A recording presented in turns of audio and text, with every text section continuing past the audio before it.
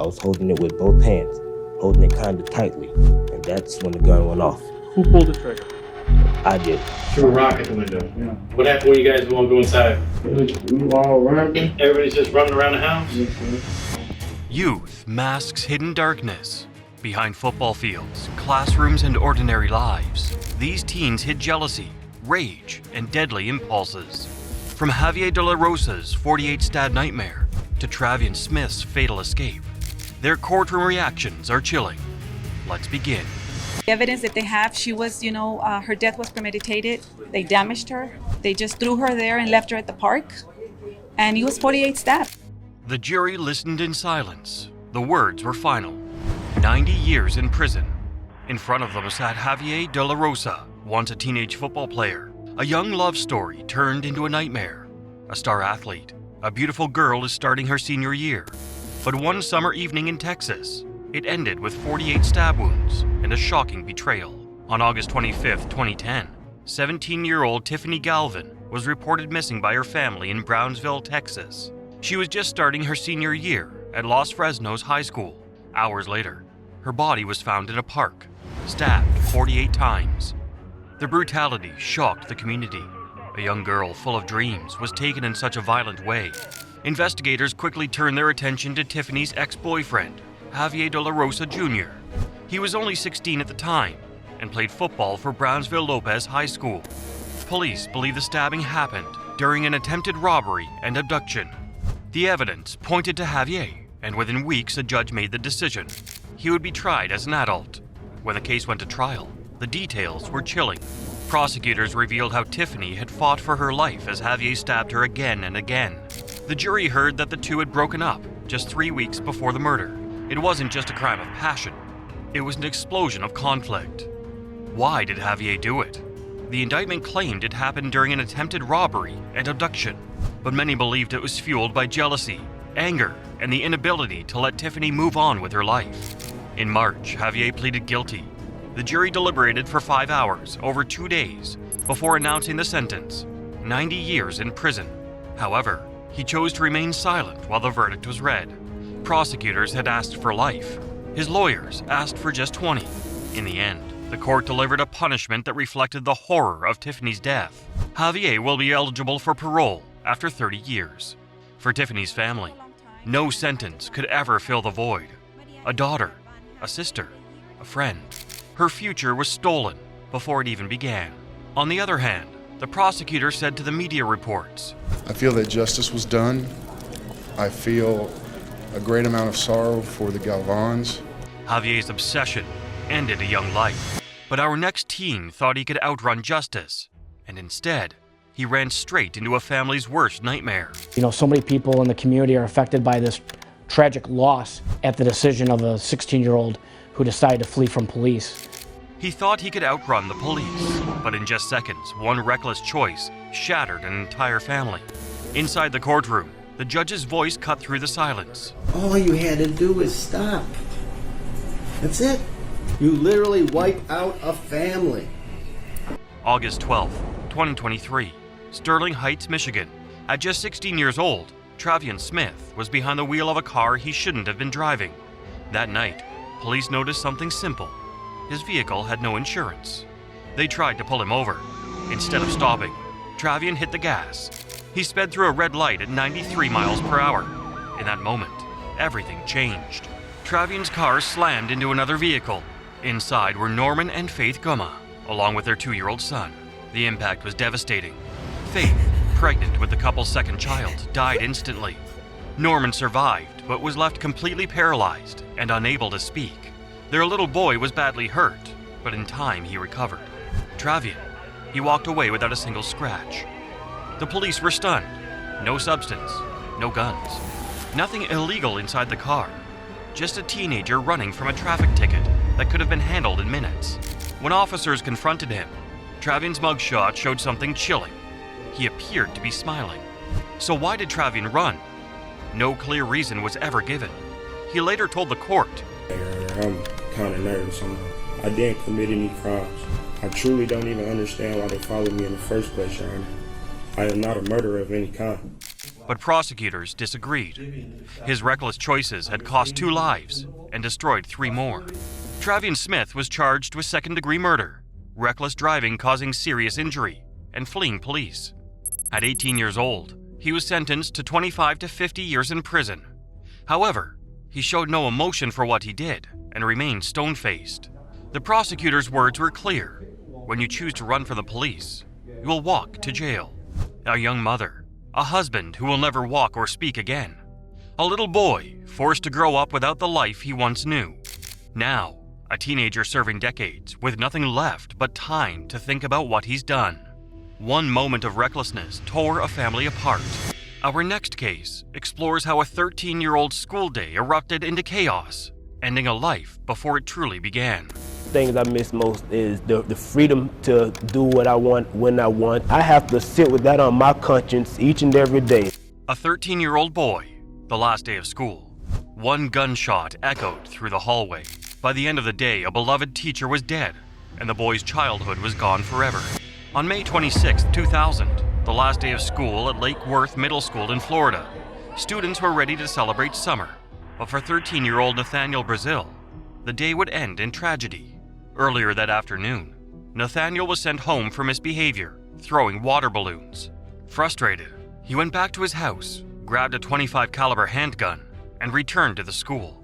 Then, in the hallway, he confronted his English teacher, Barry Grunow, a man known for kindness and discipline. Nathaniel raised the gun and fired a single shot into his teacher's head. The entire school erupted in panic. Teachers rushed to protect students. One of the students said, "You know, you pulled the trigger back.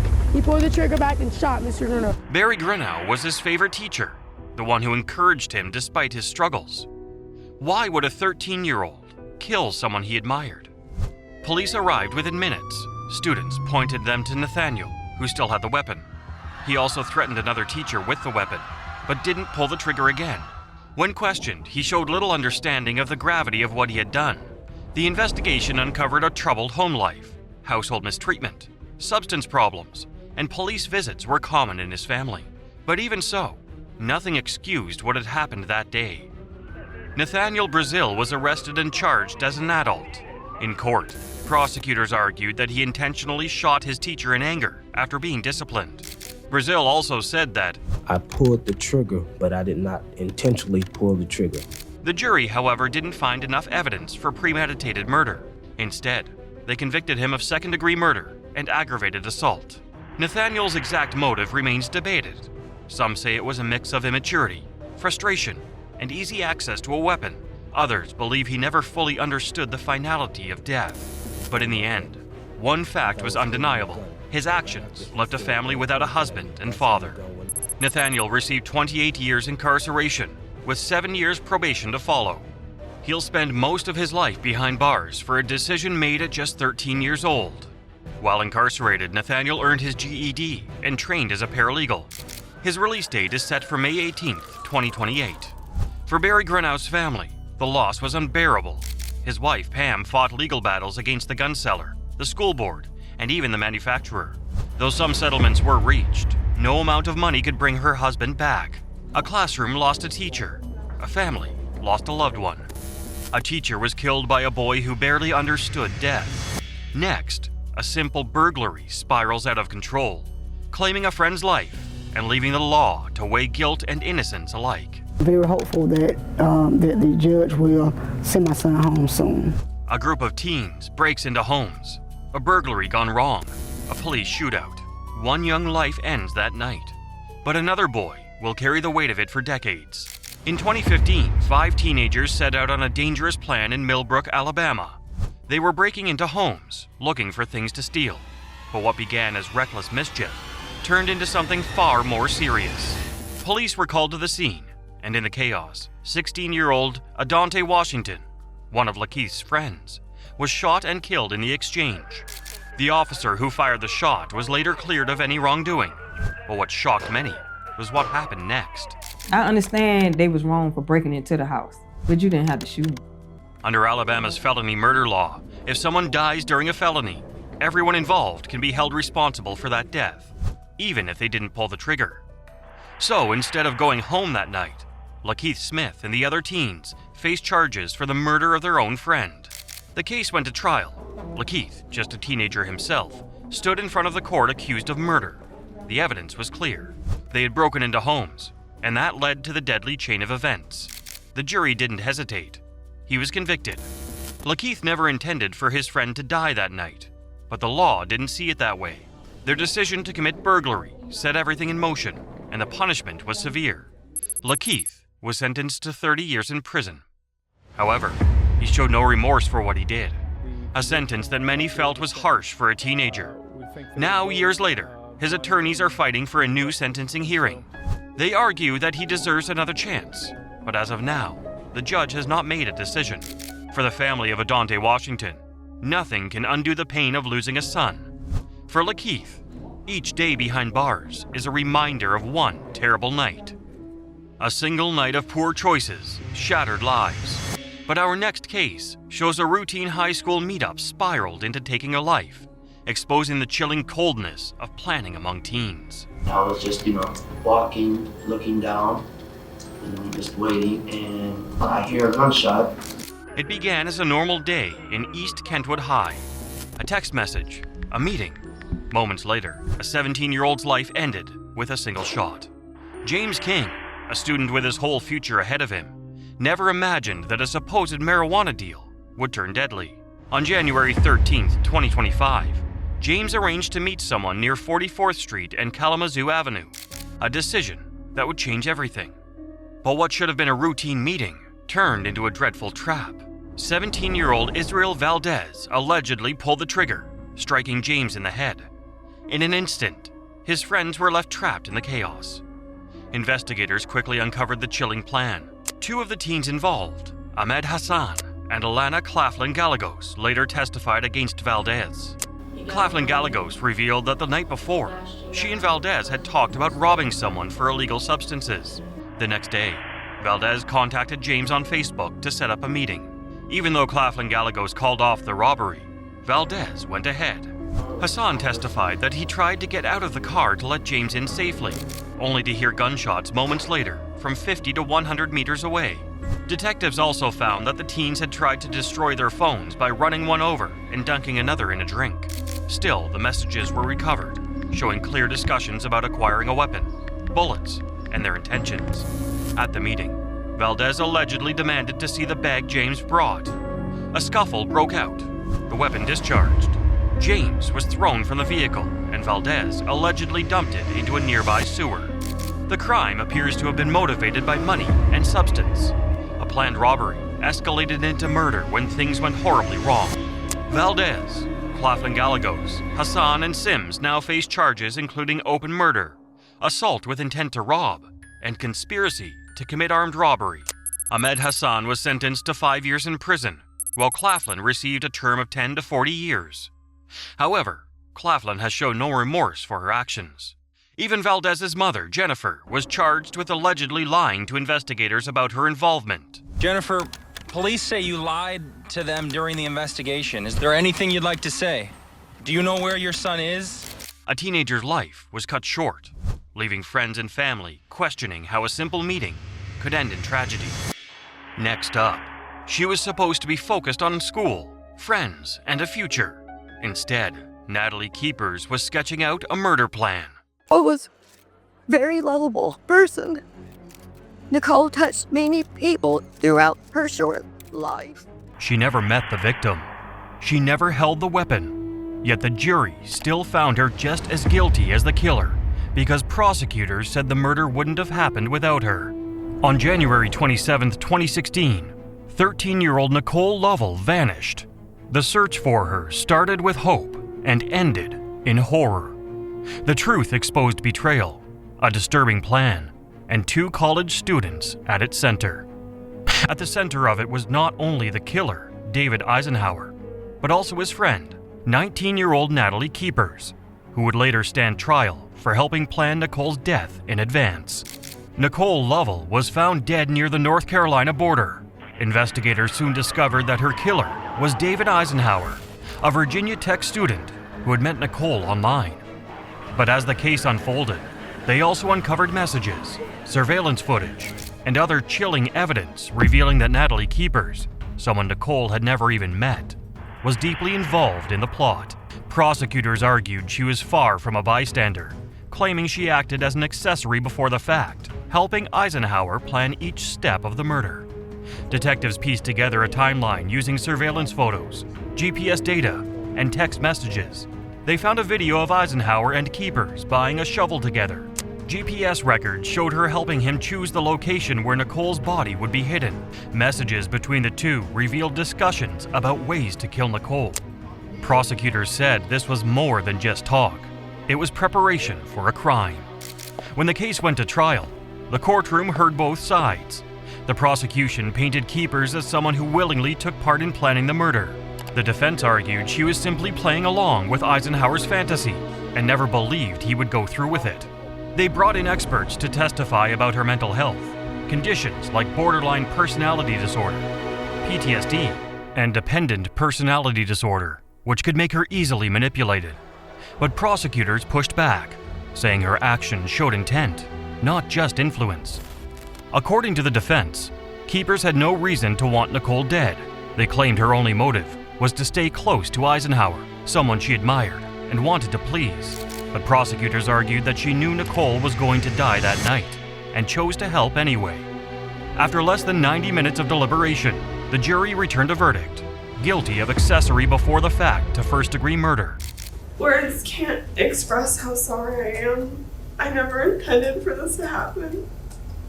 The next day, they recommended her sentence. As the verdict was read, she sat motionless, her face cold, her eyes unblinking, showing not a flicker of emotion. On the other hand, Eisenhower received 50 years in prison. His apology offered little comfort compared to the weight of the sentence. The case closed with the community knowing Nicole's life had been stolen, not just by one person, but with the help of another who could have stopped it. For Nicole's family, the verdict brought some justice, but no verdict could bring their daughter back. Her mother said, "She was everything to me." One murder, planned with chilling precision and showing zero regret. Our next case investigates a jealousy so intense, it ends in a deadly rivalry. Yeah, because I know they're going to jump me. I know Josh's family. Josh has hit me before. Josh's brothers have hit me before. Two young women, one toxic love triangle, and a jealousy so intense it left one of them lying lifeless in the street. In court, the jury would hear angry voicemails, chilling threats, and details of the final confrontation that turned a rivalry into murder. Rachel Wade and Sarah Ludman weren't strangers. They were competing for the same man, Wade's ex-boyfriend, Josh Camacho. From the start, it was toxic. Public arguments, angry phone calls, and social media jabs turned their feud into a deadly battle. Wade left hurtful voicemails. Ludman showed up at Wade's workplace to taunt her, and police were called more than once. Instead of walking away, both women kept fueling the fire, and it was only a matter of time before it boiled over. On the night of April 14, 2009, tensions reached their breaking point. Wade armed herself with a steak knife before heading out. Hours later, Sarah Ludman drove to confront her rival. What happened next depends on who you believe. Wade said she was attacked first. Witnesses said Wade approached and struck without warning. What's certain is that Ludman was stabbed twice, one blow piercing her heart. She managed to call Camacho before collapsing. Police quickly arrived, spoke to witnesses, and learned of the long history of threats. Wade was taken into custody before sunrise. In court, the prosecution played voicemails, recorded months before the stabbing, in which Wade threatened to kill Ludman. Witnesses testified that Wade had approached Sarah's car and delivered the fatal blows. The defense argued self-defense under Florida's Stand Your Ground law, claiming Wade feared for her safety, but the jury wasn't convinced. At its core, this was a jealousy-fueled confrontation. I was upset. I was getting harassing phone calls, just like she would tell me she was going to kick me. I just retaliated and I said things. I said it out of anger. Driven by months of bitterness over the same boyfriend, prosecutors said Wade's words and actions showed she had been planning to harm her rival long before that night. It took the jury just 2.5 hours to find Rachel Wade guilty of second-degree murder. In September 2010, she was sentenced to 27 years in state prison. She insisted she wasn't the monster everyone saw her as. Yet her cold, unflinching eyes told a different story. I'm so sorry to be the one who has caused you this great fate. I need you to know, please, that I too was just a teenage girl, not a monster and a murderer as it may seem. For Sarah Ludman's family, the loss was devastating. A young life cut short over a relationship that, in time, might have been forgotten. Your Honor, thank you for your time. Remember, this is my daughter. She lays in a cemetery. I go visit her there. Rachel Wade's parents can come and see her. For Wade, the rivalry that consumed her ended with decades behind bars. Jealousy claimed one life. Anger stole another. But the next case shows a teenager armed, ruthless, and ready to take a cop's life without hesitation. But not only didn't they rob him in his car, but they shot him with the revolver that they had. On New Year's Eve 2021, off-duty Cleveland police officer Shane Bartek never made it to his celebration. Within minutes of stepping outside his apartment, he was confronted, robbed, and shot by his killer, who sped away in his car. The person behind the trigger, an 18-year-old, is already on a violent crime spree. When the jury finally heard the evidence, they didn't just see a teenager. They saw a cold-blooded killer who would never walk free again. This was not a mistake. This was murder. The girl was 18-year-old Tamara McLeod, just a teenager but already dangerous. In the weeks leading up to that night, Tamara had been involved in several armed robberies with 2 accomplices. On this night, she was armed with a revolver and ready to strike again. Outside Shane's apartment, she approached him, demanding his car. But Shane, a trained officer, wasn't willing to give up without a fight. According to investigators, Shane lunged for the weapon. In that split second, a shot rang out, hitting him. Tamara then took off in his car. Police arrived quickly, and the investigation moved fast, linking her not only to Shane's killing, but also to 4 other robberies in the preceding weeks. Detectives brought her in for questioning, where she admitted to shooting Shane and stealing his car, though she insisted it had been an accident. I never drove this monster. Listen, one time though, like... The courtroom would later hear a very different story from prosecutors. They said the evidence proved Tamara deliberately fired during the robbery, making this far more than just a tragic mistake. The jury saw it. Surveillance footage, witness accounts, and forensic details all worked against her. Her motive, investigators concluded, was simple. She wanted the car and was willing to use deadly force to get it. It wasn't desperation. It was a choice. The weeks of robberies leading up to that night painted a clear picture of someone spiraling deeper into violent crime. In the end, the jury found her guilty of aggravated murder, felonious assault, aggravated robbery, and weapons offenses. The sentence: life in prison without the possibility of parole. However, she showed no emotion for her actions. An appeals court later upheld that decision. She will never walk free again. For Shane Bartek's loved ones, the ruling brought some measure of justice. But no sentence could ever replace the young officer whose life was taken far too soon. Her mother said, I couldn't hold my baby. I couldn't wipe away the blood on his face. Another life stolen, another courtroom stunned. But our next case takes obsession to a horrifying new level, where a young woman turns her anger into deadly consequences for her father. I don't know. I think it kind of made me feel like everyone was trying to make me think like I was crazy or something. The courtroom was packed, and the story was shocking beyond words. The defendant was a young woman who once referred to her father as her best friend. She caused his slow, painful death, all because he couldn't drive her to a hair appointment before her 18th birthday. It was 2021, the day before Megan Amirowicz's 18th birthday party. She had plans, big ones. The first stop, her hair appointment. But her father, 64-year-old Conrad Amirowicz, had been drinking. He wasn't in any condition to get behind the wheel. What happened next, prosecutors argued, was fueled by pure frustration. According to investigators, while Conrad was asleep, Megan grabbed a container of lye commonly used in drain cleaners and poured it over him. The reaction was immediate. The chemical burned through his skin, leaving devastating injuries from head to toe. Conrad's fight to survive was nothing short of brutal. He needed kidney dialysis, a tracheotomy to help him breathe, and eventually Both of his legs were amputated. For 5 months, doctors tried everything, but his body could not recover. When he died, police built a timeline, one that pointed directly to Megan. She was arrested and charged. The trial pulled back the curtain on the horror. Jurors heard in detail how the burns destroyed Conrad's skin, how his body shut down, one organ at a time, how every surgery, every treatment was a desperate attempt to keep him alive. Prosecutors said the motive was heartbreakingly simple: anger. Anger that her plans had been ruined. Her friend said in court that her father's drinking had gotten in the way. One moment of rage, with consequences no one could undo. Given that Conrad was laying on the couch, it was close to Conrad, is that right? That is correct. Could you tell what it was from where you were? I could tell that it was liquid. In 2023, Megan was found guilty of using harmful devices or irritants causing death.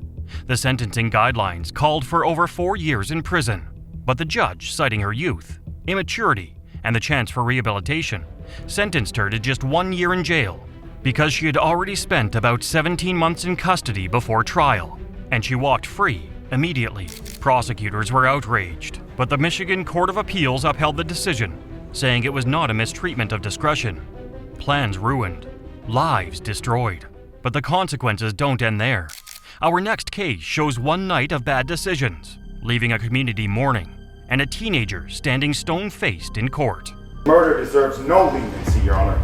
Age is not an excuse. Gender is not a shield. The Clark County courtroom was packed as the case unfolded. On January 2nd, 2024, 29-year-old Darian Gonzalez was shot and killed in his apartment during what investigators would call a robbery gone wrong. The young defendants would soon face the judge, the truth of their actions laid bare, and the consequences that could not be undone. Authorities quickly identified 6 people involved in the crime. Among them were 3 young individuals: 18-year-old Precious Dennis, 15-year-old Daisy Gonzalez, and 20-year-old Javier Galvin. Their connection to the shooting was complicated, and tensions rose as investigators pieced together what had happened. Police reports revealed that the group had been at Darian's apartment under the guise of recording music. While there, they used harmful substances and drank alcohol. During this time, some displayed weapons. Messages later revealed they planned to take Darian's rifle. 2 individuals fired shots during the robbery. Daisy claimed she was in the bathroom, while Dennis sent messages to cover up what had happened. The shooting itself was chaotic. Darian fought to protect himself, but in a matter of moments, 2 of the group's members opened fire. Lives were changed forever. The motive was primarily financial, a robbery gone wrong. The group had targeted Darian's firearm and some clothing. Their actions led to irreversible consequences.